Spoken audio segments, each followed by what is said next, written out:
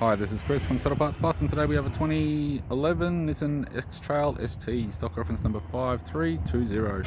This shape runs from the first month 2011 through to the 12th month 2013. It has an MR20 2-litre 4-cylinder petrol engine backed by a 6-speed manual front-wheel drive transmission. MR20 2-litre 4-cylinder petrol engine.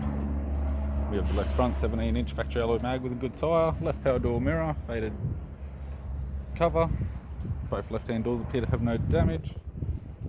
Left rear 17-inch factory alloy mag with a good tyre, left tail light, tidy rear bumper cover, tailgate has one small dent, right hand tail light, right rear 17-inch factory alloy mag with a good tyre, right rear door appears to have no damage, right front door has one small dent, right power door mirror with faded clear coat, right front 17-inch factory alloy mag with a good tyre.